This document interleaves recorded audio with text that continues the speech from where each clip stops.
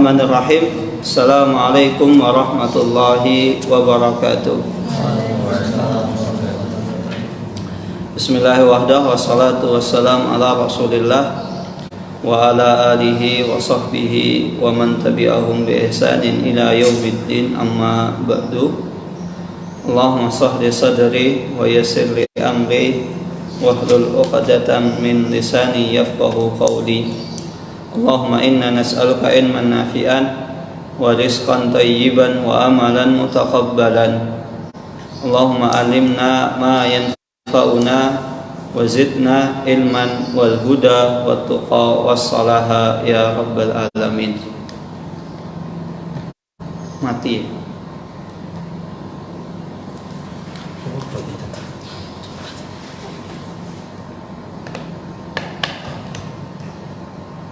Kita mulai dirasah kita pada siang hari ini, yaitu tentang sikap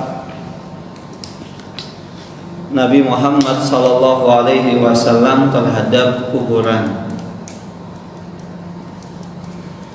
Pada pertemuan sebelumnya telah kita jelaskan bahwasanya Rasulullah SAW memiliki upaya-upaya mencegah agar umatnya tidak terjerumus dalam praktek kesyirikan, khususnya dalam permasalahan kuburan. Sehingga Rasulullah SAW melarang umat Islam, kaum muslimin, untuk mengkultuskan orang-orang yang mereka anggap sebagai orang yang berjasa, yang mereka anggap sebagai orang-orang saleh. Karena ketika seseorang mengkultuskan orang saleh, bersikap berlebih-lebihan, maka bisa jadi kelak ketika orang saleh tadi telah meninggal, ia akan misalnya menjadikan kuburannya sebagai tempat yang harus diziarahi. Padahal seseorang dilarang untuk menjadikan atau bertujuan dengan amat sangat pengen, misalnya saya pengen berkunjung ke tempat tersebut, itu dilarang, kecuali 3 tempat. La tushaddul rihal illa thalathi masajid. Yang pertama Masjidil Haram, kemudian Masjidil Nabawi, dan ketiga adalah Masjidil Aqsa. Maksudnya di sini dia benar-benar ingin niat sana, mengarahkan segala macam cara. Itu nggak boleh. Seseorang bepergian yang mana memang sudah direncanakan, sudah diupayakan, tol pokoknya nggak bisa, kecuali 3 tempat tadi. Nah, karena ketika seseorang dikultuskan, orang akhirnya terkadang tawaf berkeliling, kemudian mengitari kuburan tadi, sehingga Rasulullah SAW juga melarang kuburan itu untuk dijadikan sebagai aid, dijadikan sebagai tempat hari raya atau tempat untuk beribadah. Orang sholat misalnya di kuburan, itu nggak boleh, kecuali kalau misalnya ada udzur. Contoh ada udzur apa?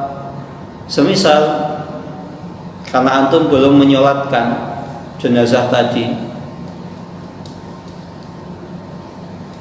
ketika masih di rumah misalnya atau di masjid, kadang sebagian dibawa ke masjid untuk disolatkan. Ketika antum tidak sempat datang untuk menyolatkan, maka antum boleh untuk menyolatkannya di kuburan. Tapi bukan berarti antum sholat di kuburan atau menjadikan kuburan itu tempat sholat. Yang pertama itu. Yang kedua, ketika antum menyolatkan jenazah tadi di kuburan, hendaklah aman dari fitnah. Karena bisa jadi ada orang awam yang tidak tahu, sehingga mengira antum sholat di kuburan. Bisa jadi orang tersebut itu malah menjadikan perbuatan antum sebagai dalil bahwasanya sholat di kuburan itu boleh, atau antum malah dikira sebagai orang yang memiliki aliran sesat. Karena apa? Sebagian orang belum tahu bahwasanya boleh menyolatkan jenazah di kuburan. Maka perlu hati-hati. Dan Rasulullah SAW pula kemarin telah melarang bahwasanya agar kuburannya itu tidak disembah seperti berhala, orang sujud, dzikir di tempat tersebut dan lain sebagainya. Maka sikap-sikap Rasulullah SAW tentang kuburan ini menunjukkan bahwasanya Rasulullah SAW sudah mengantisipasi, berupaya sebisa mungkin jauh-jauh hari untuk agar kaum muslimin itu tidak terjebak dalam praktek-praktek kesyirikan. Kemudian juga Rasulullah SAW, sikap beliau yang pertama terhadap kuburan, beliau SAW pernah melarang berziarah kubur pada awal keislaman, tahun-tahun keislaman. Beliau SAW melarang. Karena kenapa? Larangan beliau ini dengan diatasi dasar, disebabkan oleh alasan yang masuk akal, bukan alasan yang dibuat-buat. Salah satu sebabnya adalah Rasulullah SAW khawatir jangan sampai umat Islam, kaum muslimin ini yang mana mereka itu masih awal-awal fase Islam, yang mana belum lama ini Allah Subhanahu wa taala selamatkan mereka dari penyembahan kepada berhala. Jangan sampai mereka awal-awal seperti ini terus kemudian diperintahkan untuk berziarah kubur, malah nanti mempraktekkan apa namanya biasa mereka praktekkan di kuburan-kuburan orang-orang soleh zaman dahulu. Maka Rasulullah SAW melarangnya terlebih dahulu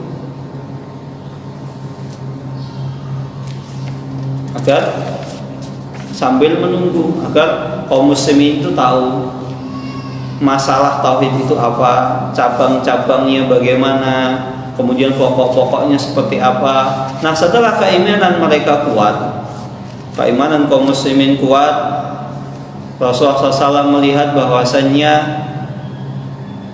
kaum muslimin sudah siap untuk diperintahkan untuk berziarah kubur.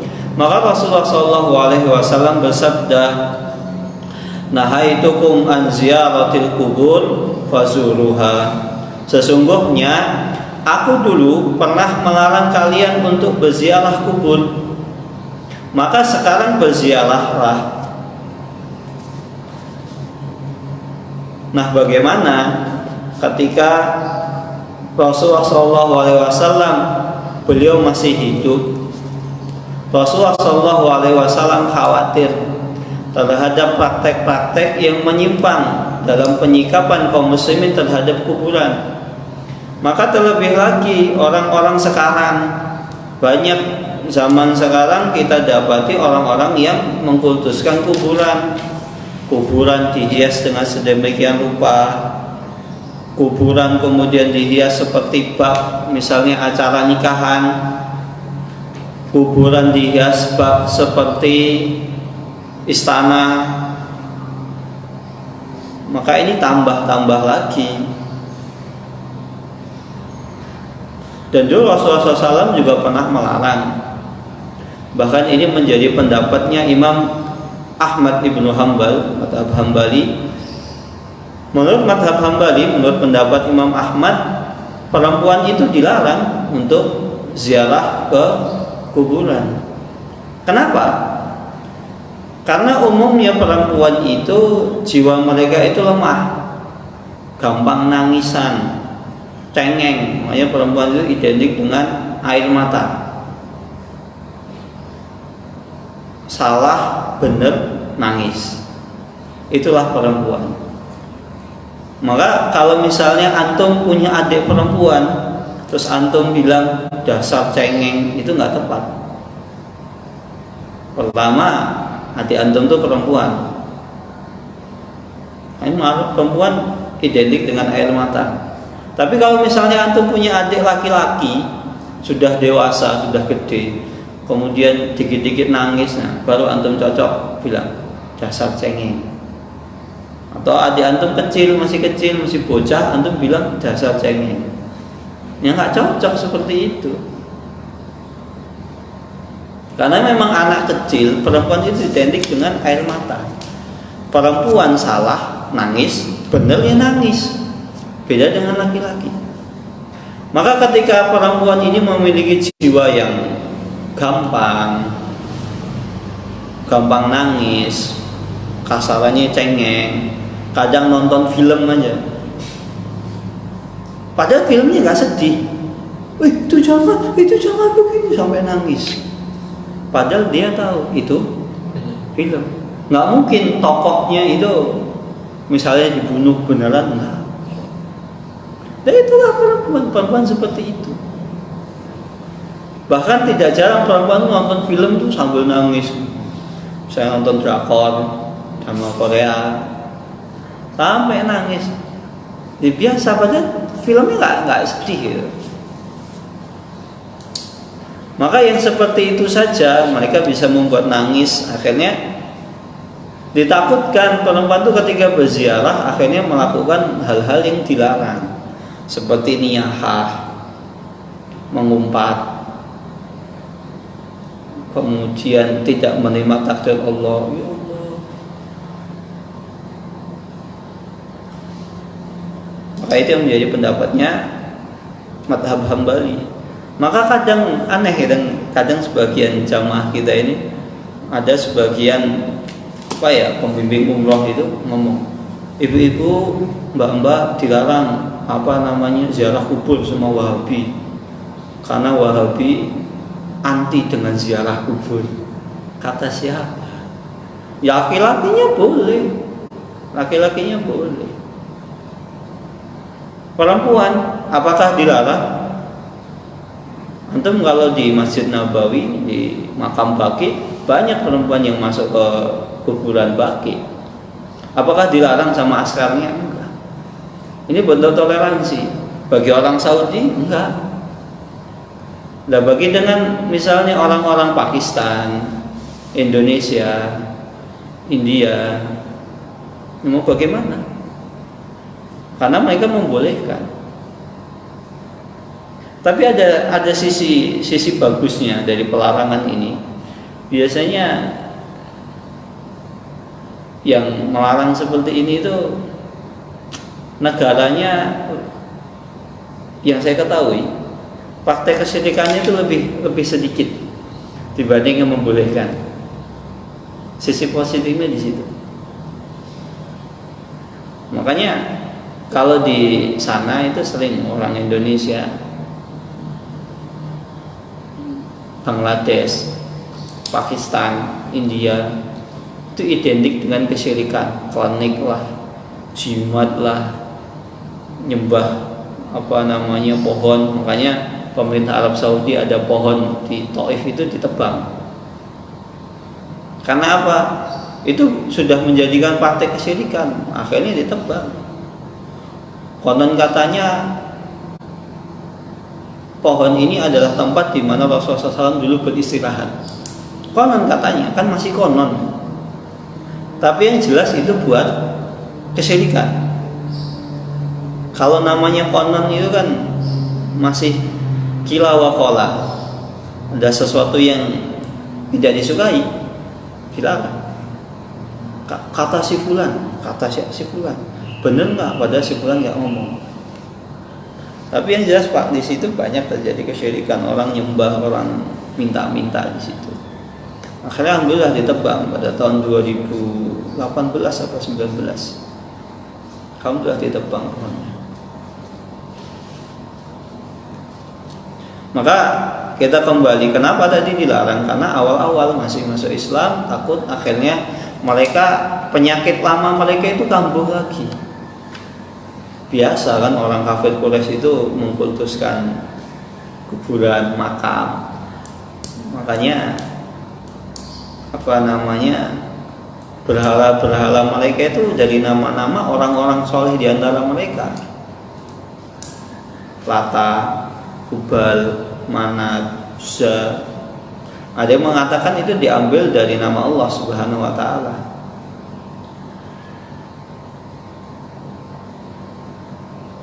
Tapi ada juga yang mengatakan itu berhala yang paling besar adalah diambil dari nama Allah. A'udzubillahi min dzalik. Tapi berhala lainnya itu diambil dari nama-nama orang-orang soleh, nenek moyang mereka. Berapa jumlah berhala yang ada di sekitar Ka'bah ketika Rasulullah SAW membuka kota suci Mekah? Ada yang tahu? Berapa jumlahnya? 360. Siapakah orang pertama yang membawa berhala ke Jazirah Arab? Abdul Uzza. Siapa? Amr bin Luhai. Amr bin Luhai. Amr bin Luhai. Itu yang membawa berhala ke Jazirah Arab. Antum jangan lupa catat, nanti ujian keluar. Jangan dikira nggak ada ujian, harus ada ujian biar antum ini apa namanya murojaah. Kemudian Rasulullah SAW yang kedua juga melarang seseorang sholat di kuburan atau ke arah kubur. Nabi SAW pernah bersabda, la tusallu ilal kuburi wa la tajlisu 'alaiha. Hadis tersebut diriwayatkan oleh Imam Muslim. Janganlah kalian sholat menghadap kuburan atau kalian duduk-duduk di atas kuburan. Pertama, seseorang dilarang untuk sholat menghadap kuburan karena ditakutkan dia menjadikan kuburan tersebut itu tempat sholat. Nah, kalau misalnya ada masjid di depannya ada kuburan saja, itu kita dilarang untuk sholat di masjid tersebut. Kuburannya harus dipindah atau masjidnya yang dipindah. Kalau kuburannya duluan yang ada di situ, maka masjidnya dipindah. Tapi kalau misalnya masjidnya yang duluan, maka kuburannya yang dipindah. Nah, kalau di masjid yang ada kuburannya saja tidak boleh, bagaimana dengan seseorang sholat menghadap kuburan, sholat depan kuburan? Maka dilarang. Nggak boleh seseorang. Nah, bagaimana kalau misalnya kita sholat di masjid, ternyata depannya ada kuburan, tapi jaraknya jauh? Maka kadang ketika pertanyaannya itu perlu diperjelas, Ustaz, bagaimana hukum sholat saya? Saya sholat ngadep kuburan.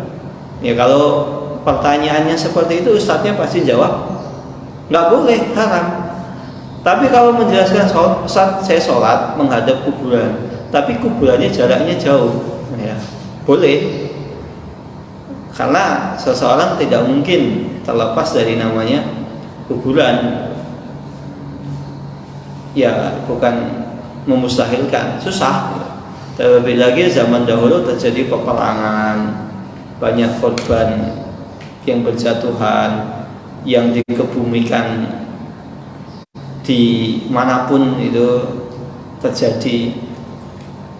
Maka terkadang seseorang ketika misalnya dia membangun rumah atau masjid, tidak jarang ditemukan bekas tulang belulang orang zaman dahulu. Dan begitu juga seseorang dilarang untuk duduk-duduk di atas kuburan. Dilarang seseorang duduk di atas kuburan. Di sisi lain secara adab itu tidak sopan. Kemudian adab etika tidak sopan ditambah lagi dengan larangan dari Rasulullah SAW. Maka jangankan seperti itu, seseorang ketika hendak datang ke kuburan saja, dia diperintahkan untuk melepaskan alas kakinya. Jadi masuk kuburan itu sandalnya dicopot, sepatunya dicopot. Ustaz, sepatu saya mahal, takut hilang. Ya antum plastikin, antum bawa. Tapi boleh nggak misalnya seseorang masuk kuburan pakai sandal? Boleh-boleh saja jika ada maslahatnya. Misalnya kuburan, terkadang ada sebagian kuburan itu tidak dirawat, Tapi bukan berarti merawat kuburan harus menghiasinya gitu. Sebagian tempat itu ada kuburan, kadang orang buang sampah ya di kuburan. Ada sebagian kebiasaan masyarakat itu seperti itu. Kalau buang sampah di mana? Di kuburan. Kadang buang apa di kuburan. Kadang buang pecahan beling, pecahan kaca di kuburan. Maka kalau misalnya seseorang ketika mau berziarah ke kubur, kalau tidak pakai sandal, maka ditakutkan dia terkena. Kalau misalnya kuburannya seperti itu ya boleh. Tapi kalau misalnya kuburannya tidak ada duri, tidak ada kaca, aman, ya itu copot sandalnya. Apalagi alhamdulillah sekarang itu biasanya di sebagian kampung itu ada kerja bakti membersihkan kuburan setahun sekali atau beberapa bulan sekali itu ada. Tapi perlu diingat, dengan membersihkan kuburan bukan berarti seseorang akhirnya menghiasi kuburan tadi, dihias-hias, dibangun di atasnya itu bangunan, maka itu tidak boleh. Nah, ini yang ketiga, sikap Rasulullah SAW terhadap kuburan. Kuburan itu dilarang untuk ditinggikan. Kuburan itu dilarang atasnya dibangun sebuah bangunan. Kadang di sebagian tempat kita ketika lewat kuburan kita lihat, kuburannya ternyata ada rumahnya. Ketika kita tanya kenapa kuburan di atas kuburan dibangun rumah, biar nanti simbah bisa istirahat dengan tenang. Ya, istirahat dengan tenang dari mana? Siapa yang istirahat di situ? Pertama itu hal yang mubazir, dan yang lebih utama itu dilarang. Hadis tersebut tentang dilarang untuk meninggikan kuburan diriwayatkan dari Ali bin Abi Thalib radhiyallahu taala anhu. Suatu ketika ia berkata kepada para sahabat, "Maukah engkau aku utus dengan sebagaimana Rasulullah SAW mengutusku, sebagaimana Rasulullah SAW memerintahkanku?" Maka Ali bin Abi Thalib mengatakan, "Hendaklah kamu jangan sekali-kali meninggikan patung. Jika ada patung, kamu hancurkan. Dan jangan pula kamu meninggikan kuburan kecuali engkau ratakan." Jadi seseorang ketika mendapatkan patung terus dihancurkan, begitu. Misalnya antum lewat jalan, di perempatan jalan ada patung misalnya. Patung apa? Nah, nggak usah sebut nama. Kemudian, kalau Rasulullah SAW dalam hadis riwayat Muslim nomor 972, jika ada patung yang tinggi maka dihancurkan, langsung antum hancurin. Ya tidak seperti itu bukan dakwah yang hikmah gitu. Antum pelan-pelan nasihati. Pertama bangun patung, kemudian diletakkan di tengah kota, pertama mubadir, nggak ada faedahnya. Ustaz, ada faedahnya apa?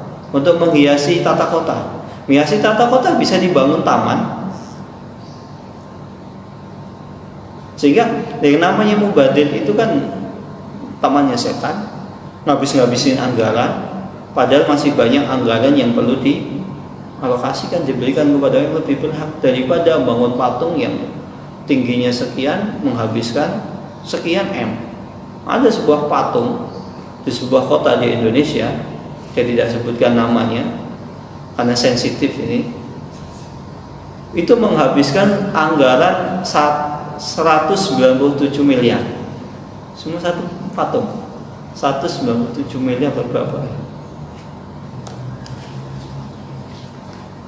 Itu Masya Allah, patung. Ya memang duitnya bukan duit saya, tapi itu duit rakyat. Ditambah lagi Rasulullah SAW melarang. Tapi bukan berarti terus antum hancurkan. Bahkan saya yang terjadi, sebagian tempat tuh ketika ada patung, akhirnya patungnya apa? Kadang dihancurkan oleh orang. Ada patung itu salah seorang pemain bola di negara barat, Itu karena dia dianggap sebagai pemain legenda klub tersebut, klub yang OKB, klub kaya baru. Dia sudah dianggap legenda. Ketika supporternya itu kecewa dengan penampilan klub yang dia bela, yang dia jagokan, akhirnya patungnya itu dihancurin. Dan bukan hanya masalah dihancurkan, terkadang patung-patung itu juga kurang manfaat. Buat apa? Akhirnya dicoret-coret, nggak dirawat juga. Terkadang malah membuat tata kota itu kurang enak dipandang. Di sebagian tempat loh, tidak semua tempat. Maka antum walaupun ini diperintahkan untuk menghancurkan, ya antum jangan hancurkan. Ini syirik, ini praktek syirik, haram seperti ini. Terus antum ke candi-candi antum hancurkan, nggak boleh. Atau antum kemudian masuk ke tempat ibadahnya non muslim, kemudian antum lihat patung antum hancurkan, nggak boleh. Itu bukan cara yang hikmah. Antum dakwahi, antum ingatkan. Atau misalnya lihat kuburan yang ditinggikan, akhirnya antum malam-malam bawa cangkul, bawa linggis, bawa martil, antum hancurkan. Nah, itu bukan hikmah. Itu ada salah satu buku, konon katanya ditulis oleh salah seorang trio bom Bali 1. Dia mengisahkan di bukunya itu tentang semangat dia menghancurkan kesyirikan. Itu bukan cara yang hikmah. Lihat di kampungnya ada kuburan yang dikeramatkan, akhirnya dihancurkan, diobrak-abrik, dibongkar. Ya kalau seperti itu malah yang terjadi, orang yang sudah terjumus ke dalam kesyirikan malah semakin terjumus lagi. Perlu pelan-pelan, mendakwahkan pelan-pelan. Ya karena mereka belum tahu, mereka masih bodoh. Antum menyikapi orang yang bodoh kan nggak bisa antum langsung dasar satset, nggak bisa. Namanya orang belum tahu ya sabar. Sebagaimana misalnya antum punya adik antum belum tahu api itu panas. Ya namanya orang masih anak kecil dinasihati, adik api itu panas, nggak tahu. Terus kemudian apinya antum misalnya antum apain? Antum bilang berkali-kali, anak kecil nggak tahu. Misalnya cabai itu pedas gitu, nggak percaya. Iya, hanya orang-orang belum tahu ya seperti itu. Maka orang yang belum tahu ya perlu sabar. Seperti juga ketika antum masih kecil nanya kepada orang tua antum, abi itu apa? Itu bebek. Terus kemudian ketemu lagi ke uminya, umi itu apa? Itu bebek.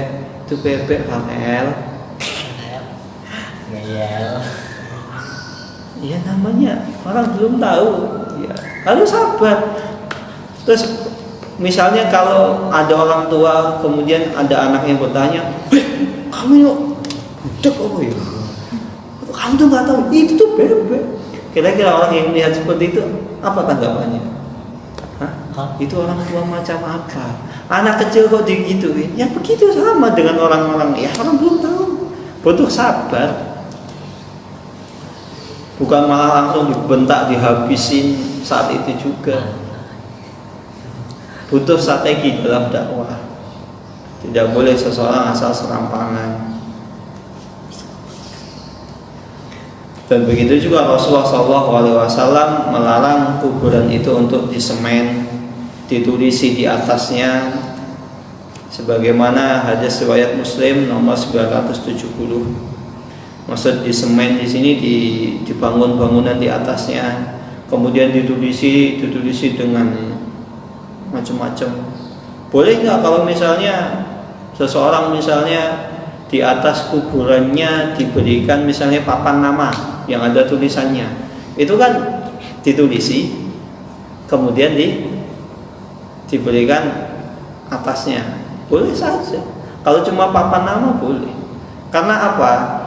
Ditakutkan kalau makam tersebut itu tidak diberikan tanda, sehingga orang misalnya duduk di atasnya atau melangkahinya atau tidak sopan kepada makam tersebut, boleh saja.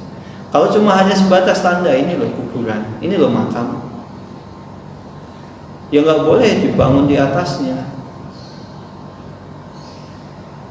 Begitu juga bukan maksudnya ditinggikan, itu nggak boleh. Misalnya kalau kuburan itu harus rata, benar-benar rata, kayak agak sedikit naik lah, yang normal, yang wajar. Tapi bukan di semen kemudian dibangun di atasnya bangunan-bangunan, itu nggak boleh seperti itu. Dan begitu juga Rasulullah SAW melarang kuburan itu untuk diberikan penerangan, dikasih lampu. Bahkan antum kadang itu di sebagian kota, mungkin di mana yang banyak pemutusan seperti itu kuburan itu sudah luar biasa, dibangun rumah, bukan hanya penerangan, kemudian semen dan lain sebagainya. Cara gampangnya Taj Mahal itu kuburan, itu bukan masjid. Itu bukan hanya, tapi permasalahannya konon katanya beliau bukan dia yang bangun, itu bukan Islam ya buat Islam ya sudah, bukan urusan kita. Cuma ini sekedar contoh seperti itu. Ada sebagian kaum muslimin juga membangun kuburan juga melebihi, bahkan diberi penerangan dengan keyakinan. Kenapa kok dikasih lampu? Kenapa diberi lampu? Biar nanti kalau pulang nggak tersesat, tahu rumahnya yang mana. Kan aneh. Kadang alasan seperti ini kan dibuat-buat gitu.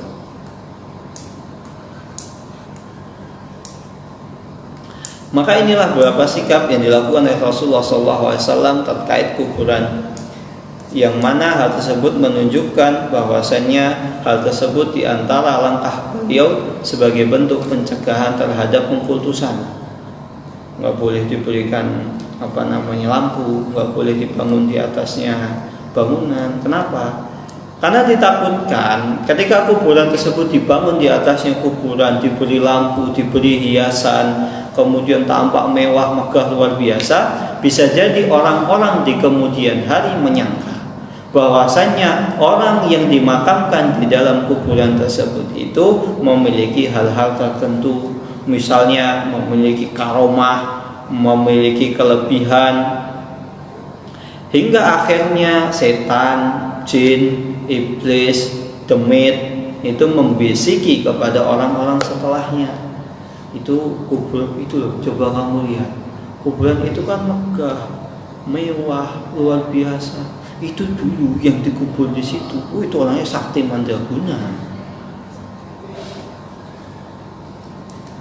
Sehingga akhirnya muncul, ditambah lagi orang-orang yang melestarikan praktek-praktek kesyirikan. Sampai ada orang yang ditambah lagi di kuburan tersebut didatangi banyak orang. Ketika orang mendatangi kuburan tersebut sambil nangis-nangis, sambil minta-minta di kuburan, orang yang lihat malah tambah yakin. Ini ada sebuah kisah ini terjadi di Jawa Tengah. Tidak perlu disebutkan kotanya. Cuman cerita ini saya dapat A1 dari warga asli daerah tersebut. Jadi ada sebuah kuburan yang mana kuburan itu tidak jauh dari tempat saya tinggal, pokoknya. Aslinya itu di dalam makam yang nggak ada sama sekali, nggak ada mayat, nggak ada batang pisang, nggak ada, tidak ada batang pohon, tidak ada. Kuburannya kosong. Bahkan sudah dibuktikan oleh orang-orang di warga kampung tersebut. Cuman ketika itu di situ kan dibangun agak tinggi, dibangun agak mewah, agak megah. Kemudian ada orang-orang yang datang, orang-orang tersebut tuh minta doa-doa. Orang yang lihat, tuh ini ada apa ini? Kok ada bangunan bagus? Bangunan sedikit ditinggikan, kok ada orang yang doa? Kok ada orang minta-minta gitu? Wah, ini pasti ada sesuatu.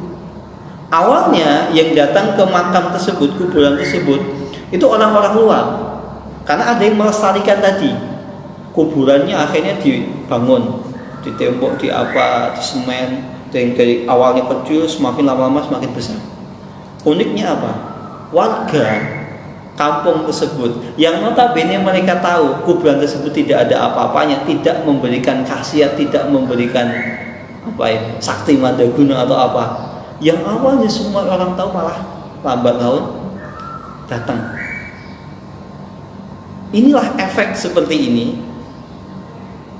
yang ditakutkan. Padahal itu semua orang tahu, hakul yakin kuburan tersebut tidak ada isinya sama sekali, cuman dibangun bangunan kuncup gitu. Terus kemudian ada orang minta di situ, lambat laun semakin terkenal kuburannya, orang semakin banyak yang datang, dan warga tempat tersebut yang notabene mereka tahu, semua tahu hakul yakin, akhirnya mendatangi kuburan tersebut minta. Bahkan kuburannya sekarang itu luas. Dulunya itu cuma sekian meter, sekarang jadi 1 hektar. Ini pokoknya luas. Yang melestarikan kaya. Apakah yang melestarikan tidak tahu kalau di dalamnya nggak ada apa-apa? Tahu. Cuman bagaimana? Ini mata pencaharian dia. Ini kisah nyata seperti ini. Maka saya tidak perlu menyebutkan namanya, intinya ada.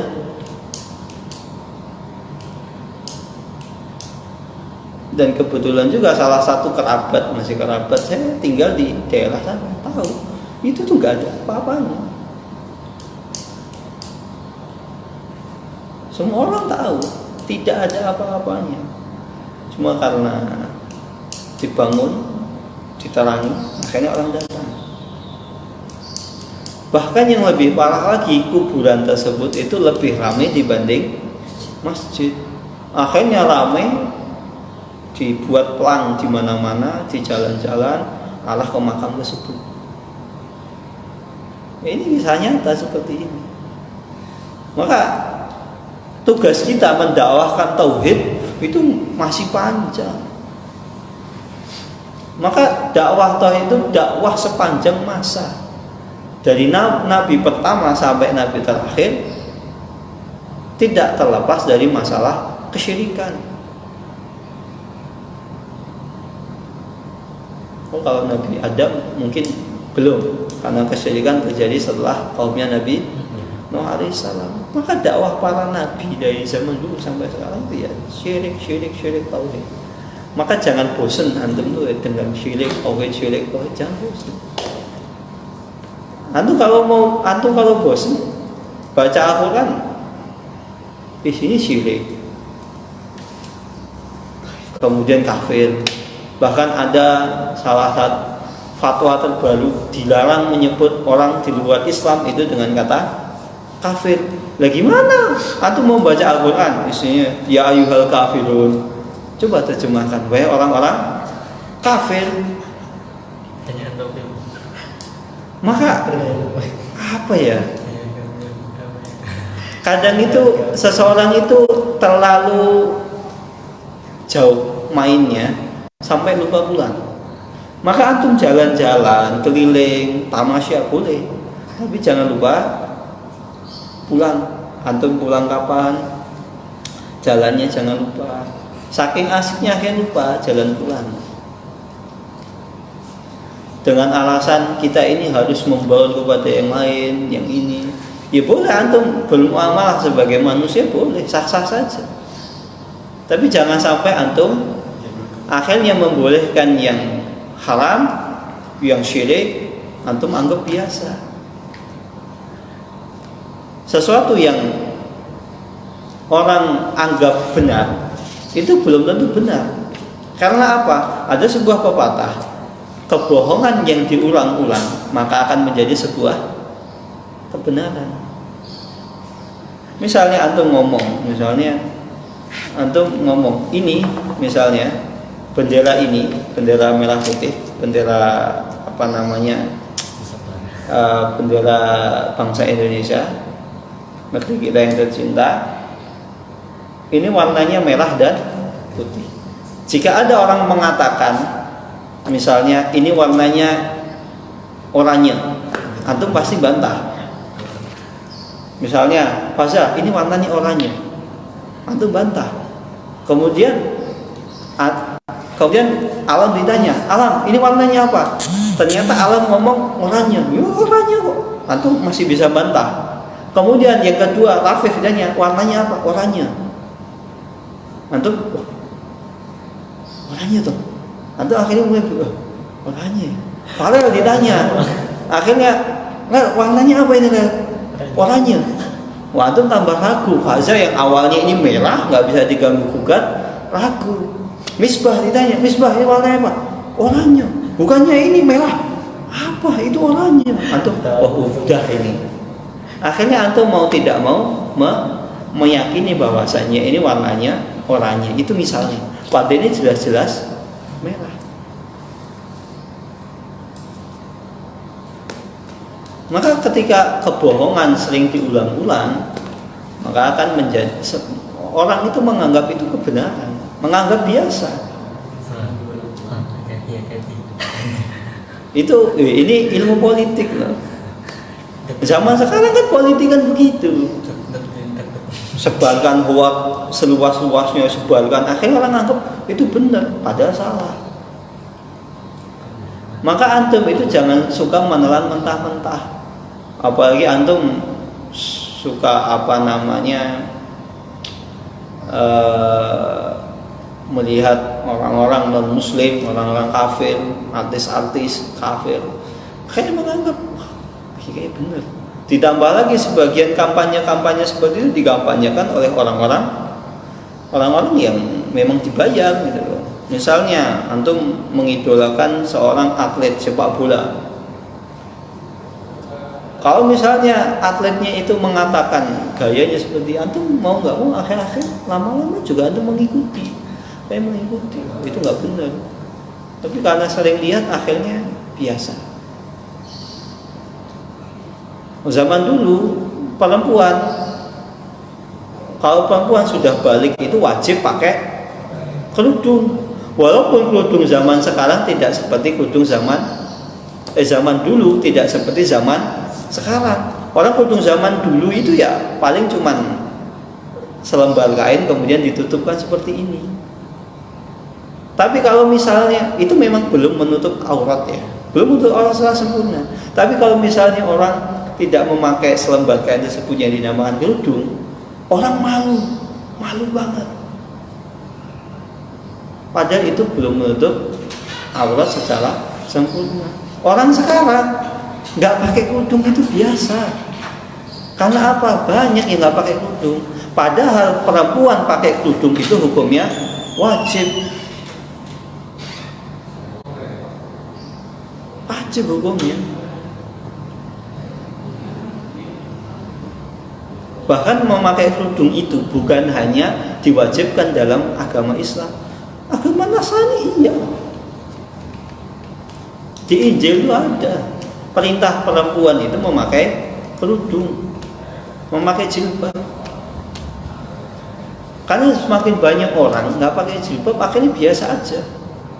Maka kadang kita lihat ada seorang ibu jilbabnya besar lebar, anaknya nggak kerudungan, bahkan pakai pakaian yang ketat seksi lagi.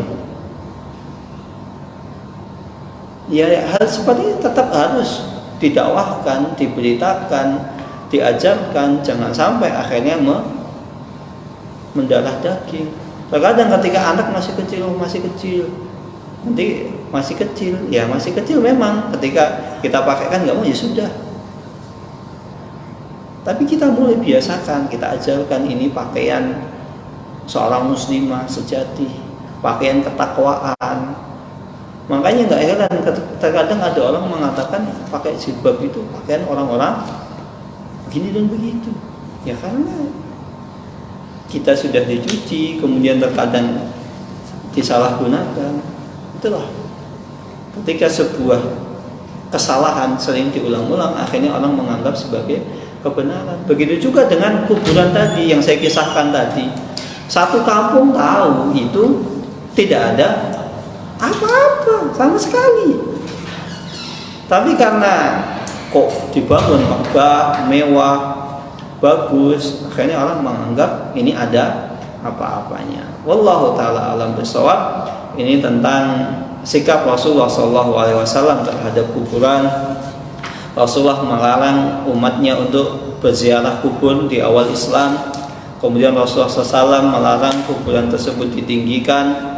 Juga Rasulullah SAW melarang seseorang sholat di kuburan, serta melarang kuburan itu disemen, ditulisi, dihias-hias, dibangun megah. Dan Rasulullah SAW melarang juga untuk memberikan penerangan lampu pada kuburan tersebut, karena bisa jadi seseorang terjumus ke dalam kesyirikan yang awalnya dianggap kuburan tersebut tidak ada apa-apanya. Ketika dibangun megah, mewah, orang lambat laun akan menganggap kuburan tersebut itu memiliki khasiat atau memiliki hal-hal tertentu.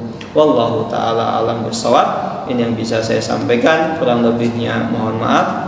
Assalamualaikum warahmatullahi wabarakatuh. Ada pertanyaan? Silakan. Mengenai bangunan di atas kuburan. Ya. Bagaimana kalau misalnya antara keluarga kita misalnya udah terjadi, setelah tahu ilmunya, apakah kita ada kewajiban di situ untuk mengubahnya, atau gimana? Di situ kuburannya siapa? Misalnya kakek. Kuburan kakek. Keluarga sudah tahu, semua keluarga atau sebagian? Sebagian. Kalau masih sebagian, antum dakwahkan. Karena itu permasalahannya adalah kakek antum. Beda kalau itu misalnya ayah antum. Kalau ayah antum kan antum generasi pertama setelah mayat tadi. Sehingga ketika posisinya sebagai anak, itu sangat mungkin untuk cepat merubahnya. Beda kalau posisi antum, misalnya antum ternyata cucu, terus yang sudah tahu itu mungkin anak yang keberapa, anak terakhir. Beda kalau misalnya yang tahu sudah mengenal dakwah itu anak pertama, itu lebih mudah untuk menasehati. Maka kalau yang tahu baru sebagian, kita dakwahkan ya sambil sedikit-sedikit itu ya misalnya ketika dibangun megah ya dibangun sedikit-sedikit. Dihilangkan sedikit demi sedikit. Dan bisa juga misalnya ada salah seorang anak, misalnya ayah antum misalnya yang tahu, ayah antum minta kepada warga, tolong kuburan bapak, bangunan di atasnya tolong dihancurkan atau dikurangi sedikit-sedikit. Apa yang dikurangi? Kadang kan dibangun seperti rumah, gentengnya itu diambilin. Di apa? Di semen. Kalau misalnya semennya itu cuma di pinggirnya, di pinggir-pinggir, sebagian ulama membolehkan, karena dengan alasan itu di semen di pinggirnya, karena ditakutkan kuburan tersebut itu agar tidak longsor. Karena hujan kan sering longsor, maka di pinggirnya itu di semen sedikit tipis, tapi nggak boleh dibangun.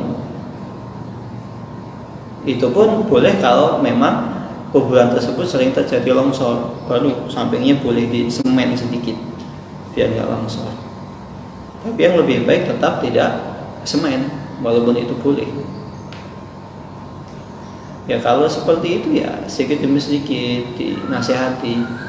Terlebih lagi itu kuburan kakek, Antum posisi sebagai cucu, paman-paman antum itu belum tentu tahu juga, atau ayah antum tahu tapi ternyata anak terakhir, yang terkadang anak terakhir itu suaranya kurang diperhitungkan di keluarga gitu. Beda kalau misalnya ayah antum anak terakhir, tapi ketika ngomong sesuatu semuanya nurut, ya langsung diubah saat itu juga. Karena ketika itu antum punya kekuasaan. Beda kalau antum tidak memiliki kekuasaan dan tidak memiliki suara yang didengar.